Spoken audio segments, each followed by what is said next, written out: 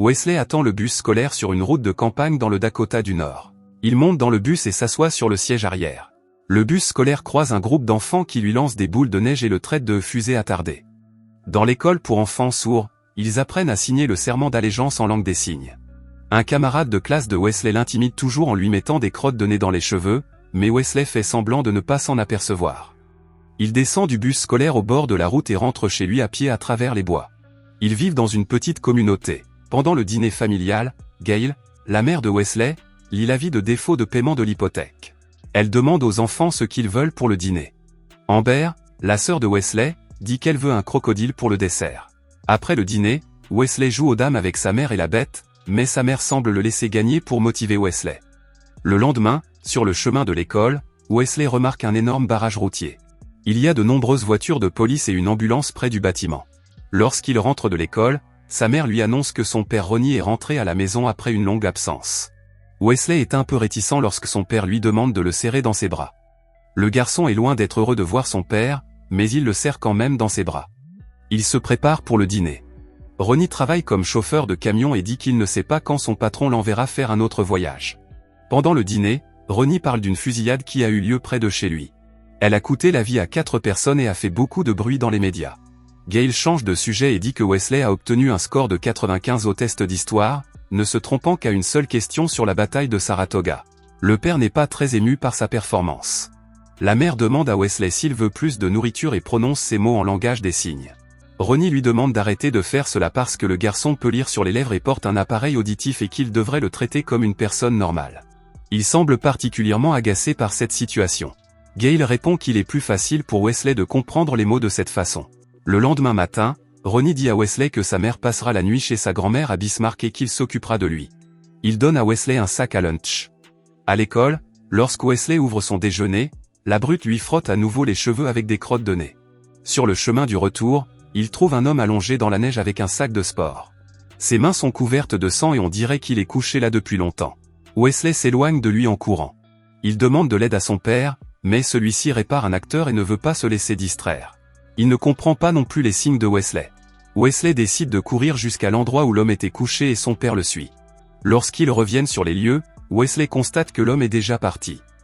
Au dîner, Ronnie demande à Wesley de lui passer le sel, mais son fils ne l'entend pas. Il essaie alors de crier et fait peur à la fille. Ronnie tape du poing sur la table pour que Wesley l'entende.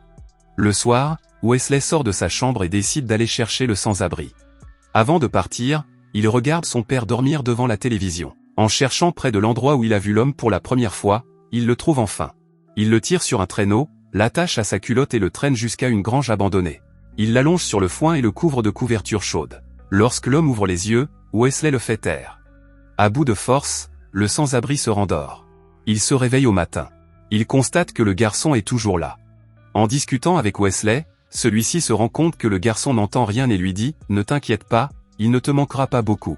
Lorsque le sans-abri relève son pull, Wesley s'aperçoit qu'il est blessé par balle. Wesley rentre chez lui pour se procurer du matériel médical. À ce moment-là, l'ami de Ronnie dans le garage interroge son fils sur les instruments et le garçon répond correctement à toutes les questions. Ronnie les regarde avec envie. Il remarque que Wesley quitte la maison et lui crie de venir l'aider à faire les réparations. Il refuse toujours d'accepter que son fils soit sourd. Wesley donne des fournitures à l'homme et recoue la blessure. L'homme a mangé toutes les barres de fruits de Wesley. La télévision parle de la fusillade qui a eu lieu peu de temps auparavant. Pendant que les parents regardent l'émission, Wesley met son dîner dans une boîte à jouets. Ronnie quitte la maison sous prétexte de rencontrer un collègue. Wesley lui apporte de la nourriture et l'homme remarque que sa mère est une excellente cuisinière. Il explique ensuite qu'il ne peut pas rester ici plus longtemps parce qu'il doit rencontrer un ami. Il essaie de se lever mais ne parvient pas à faire quelques pas. Il entend également l'hélicoptère de recherche passer. L'homme lui donne des instructions sur ce qu'il doit faire. Il lui dit de se rendre dans un roadside café. Wesley laisse la bague de l'homme sur l'un des camions. Le chauffeur du camion sort du café avec une fille de petite vertu. Voyant la bague sur son camion, le camionneur prend également Wesley. Le garçon remet une enveloppe au camionneur, mais refuse de dire où se trouve l'homme. À ce moment-là, une voiture de police passe. Le camionneur dit qu'il a besoin de temps pour tout organiser et que cela prendra au moins 2 semaines. Il donne à Wesley un sac en papier. Lorsque Wesley revient, il remet le sac à l'homme. Celui-ci sort un téléphone et dit à Wesley qu'il devra rester là un peu plus longtemps que prévu. Le garçon lui apporte des vêtements chauds de son père. Wesley observe l'homme qui s'entraîne et essaie d'imiter ses gestes. L'homme s'approche de lui et lui apprend à faire des tractions. Peu après, Wesley regarde la télévision avec sa sœur.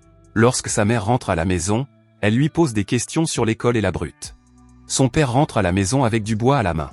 Il éparpille des craies et Wesley se précipite pour lui donner un coup de main. Mais au lieu de les porter, il commence à les empiler pour que son père les porte. Ronnie est furieux que le garçon ne l'entende pas. Plus tard, Wesley apporte les pions à l'homme. Il joue quelques parties et Wesley les perd toutes. Furieux, il jette l'échiquier de côté. L'homme ordonne à Wesley de ramasser ses pions. Wesley veut partir, mais l'homme lui dit de revenir. Il commence à lui enseigner quelques astuces et lui conseille de bien réfléchir avant de jouer. Il demande à Wesley son âge. Il lui répond qu'il a une fille du même âge. Il l'interroge également sur les crottes de nez qu'il a dans les cheveux. Wesley lui raconte qu'il a été victime de brimades à l'école. L'homme lui demande d'apporter un thermos et une tirelire. Il casse la tirelire et remplit le thermos de pièces de monnaie. Il met le thermos dans un sac et frappe la citerne en métal. Il tend ensuite le sac à dos à Wesley et lui demande de faire de même. Mais Wesley ne parvient pas à frapper fort. L'homme commence à le gronder pour exaspérer Wesley et l'aider à décharger toute la colère qu'il doit mettre dans un coup. Wesley perd son sang-froid et frappe fort. À l'école, Wesley est agité. Il reste assis en classe en attendant la pause déjeuner. La brute finit par s'approcher de lui pendant le déjeuner. Wesley se lève à l'improviste devant la brute et la regarde agressivement dans les yeux. Il se souvient des paroles de l'homme. La brute ne résiste pas à la pression et recule, effrayée. Sur le chemin du retour, il voit sa mère parler à Monsieur Chamber. Il s'assoit et Monsieur Chamber lui raconte le cambriolage qui a eu lieu 3 semaines plus tôt. Il raconte que 4 des 5 voleurs ont été arrêtés, mais que l'un d'entre eux a réussi à s'échapper. Il montre une photo du fugitif et Wesley reconnaît l'homme de la grange. Ils savent qu'il est blessé et qu'il ne pourra peut-être pas bouger. Wesley regarde par la fenêtre et voit 2 officiers qui surveillent la grange de l'extérieur. Monsieur Chamber leur demande s'ils ont vu l'homme. Un autre agent frappe à la porte et Monsieur Chamber s'en va. Plus tard, en jouant aux dames, il remarque qu'il manque un doigt à la main gauche de l'homme. L'homme lui explique qu'un tigre lui a arraché le doigt. Après avoir appris à traquer et à chasser, il a tué le tigre et a serré son cœur dans son poing si fort qu'il s'est transformé en rubis, qu'il a mis dans l'anneau. Maintenant, tous les tigres ont peur de lui. Le lendemain matin, sur le chemin de l'école, Wesley se peint le doigt en noir pour ressembler à son nouvel ami. Il apprend à l'homme le serment d'allégeance en langue des signes. Il s'amuse et joue comme un père et un fils. Lorsque Wesley vient chercher le ballon, il ne remarque pas que le shérif regarde par la fenêtre de la grange. L'homme l'attrape, lui couvre la bouche et sort un pistolet, mais le shérif s'en va. Plus tard dans la soirée, Wesley se rend à la grange, mais son père le remarque. Le père, ivre, se plaint que rien ne fonctionne dans la maison, ni le tracteur, ni le téléviseur, et qu'il ne peut pas les réparer. Il dit que son père avait l'habitude de tout réparer en frappant. Il commence à frapper le téléviseur, puis lui donne un coup de pied et crie à son fils en lui demandant où il va. Le lendemain matin, Wesley apporte le papier hygiénique dans la grange et tente de partir rapidement. L'homme l'arrête et voit les bleus sur son visage. Wesley ne réagit pas et s'en va tranquillement. L'homme se rend compte qu'il s'agit du père de Wesley. La mère examine l'ecchymose.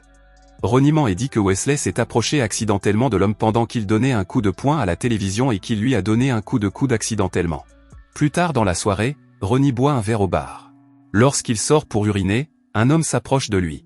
Après avoir reçu un appel téléphonique du shérif, Wesley et sa mère arrivent à l'hôpital et voient Ronnie sur un lit d'hôpital, gravement battu. Ce soir-là, Wesley s'assoit enfin sur son siège préféré, celui dont Ronnie l'avait chassé. Après le dîner, il se rend à la grange. L'homme lui raconte que lorsqu'il avait à peu près le même âge que Wesley, son père avait acheté des chevaux. Il devait s'occuper d'eux, mais ne l'autorisait pas à leur donner un nom. Un jour, la grange a brûlé et l'assurance a tout payé.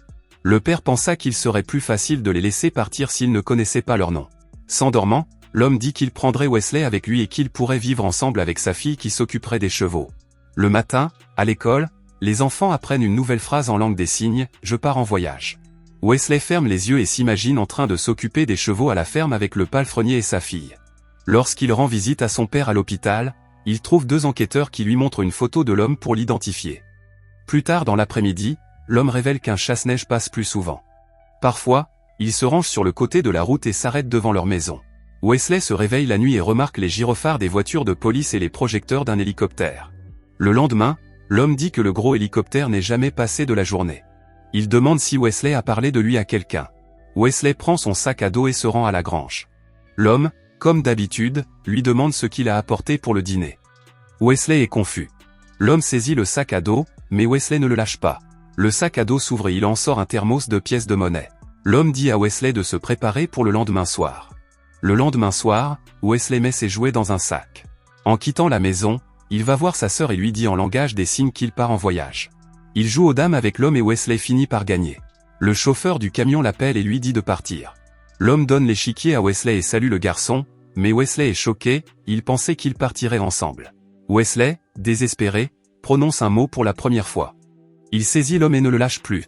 L'homme tente de s'expliquer, mais Wesley n'écoute pas. L'homme est obligé de repousser le garçon de manière grossière. Il lui dit de sortir. Wesley sort de la grange en courant, un policier l'attrape et Wesley laisse tomber l'échiquier. Assis dans une voiture de police, le garçon regarde Monsieur Chambers ordonner l'assaut. Wesley remarque le chauffeur du camion dans une autre voiture de police. L'homme commence à tirer et il le tue. Wesley essaie de crier de douleur, mais ne parvient pas à émettre un son. Le lendemain, il trouve un échiquier rempli d'argent près de la grange. Sur cet échiquier se trouve la bague de l'homme. Lorsqu'il rentre chez lui, il voit son père. Wesley n'a plus peur de lui. Il s'approche avec condescendance de l'homme malheureux et en colère et le serre dans ses bras. Wesley va dans sa chambre. Il s'assoit dans son lit et met la bague à son doigt. Si vous avez aimé la vidéo et que vous souhaitez aider la chaîne à grandir, laissez un like, un commentaire et abonnez-vous.